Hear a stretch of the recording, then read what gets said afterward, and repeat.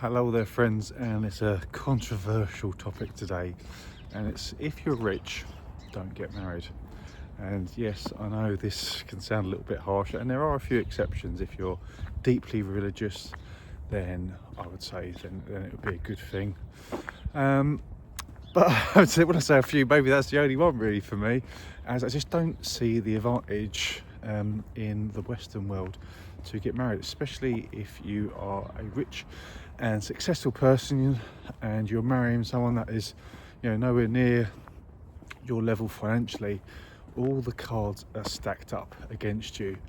I've trained many men over the years, and it is mostly men, I'm afraid, but I'm sure it does happen to women as well. But they have just been absolutely taken to the cleaners when it comes to marriage, getting divorced, kids involved, and the woman ends up in the house with all the money, the new boyfriend not working very hard, picking up the kids from school, and the guy is absolutely working his socks off. Then until those kids are grown, and he has to pay that woman until death unless she gets remarried. And if he is a very highly successful man earning lots of money and the new fella isn't quite on the same level, it's unlikely they're going to do that, in my experience. And like I say, I'm sure it does happen to women as well, with women earning more money nowadays, but it's just been my experience that it's very much been that way round.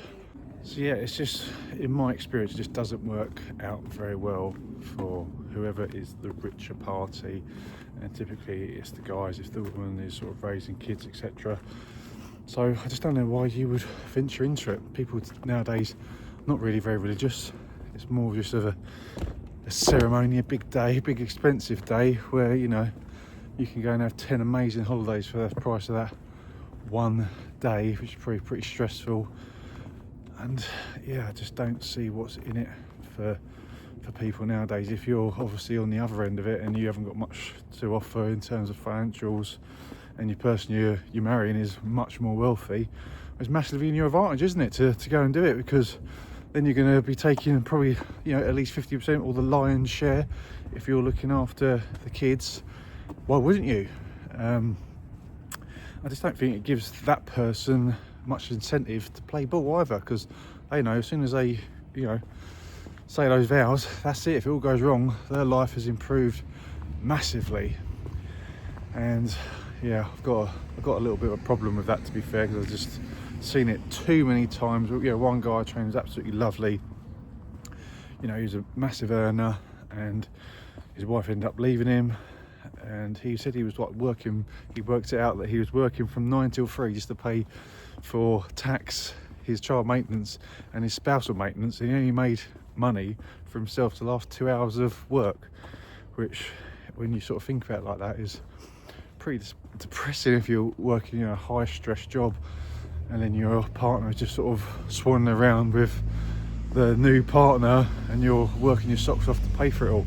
So I just don't get why people want to sign up for this. Obviously back in the day it's very different.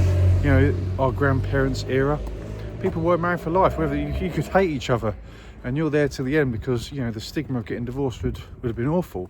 But it's not really like that nowadays. People get married, get divorced, no one thinks anything of it, because that is very much the norm. I've done parachuting before, but if someone said to me, there's only a 50% chance this parachute is going to open, I'm not jumping out that plane. I want better odds than that.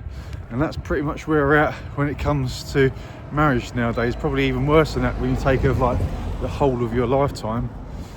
So yeah, I'm not a gambling man.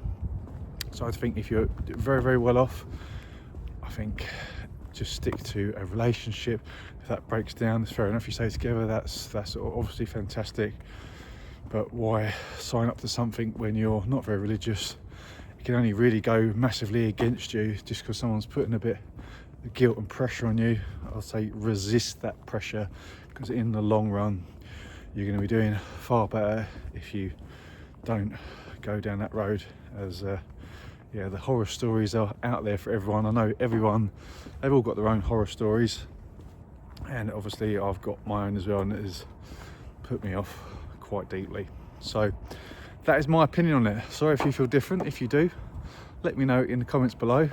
Just as a caveat, my mum and dad actually were married, and married right until my dad's passing, so it can work out. I'm not saying it can't. They were the only ones out of their friends that did sort of stay together, but it shows you it can be done. So there is light if you do go down that road, but that's my opinion, not for me. Like my money where it is, and I'm not at all religious either, so doesn't really get me on that front. Let me know what you think, and thanks for watching. See you next time.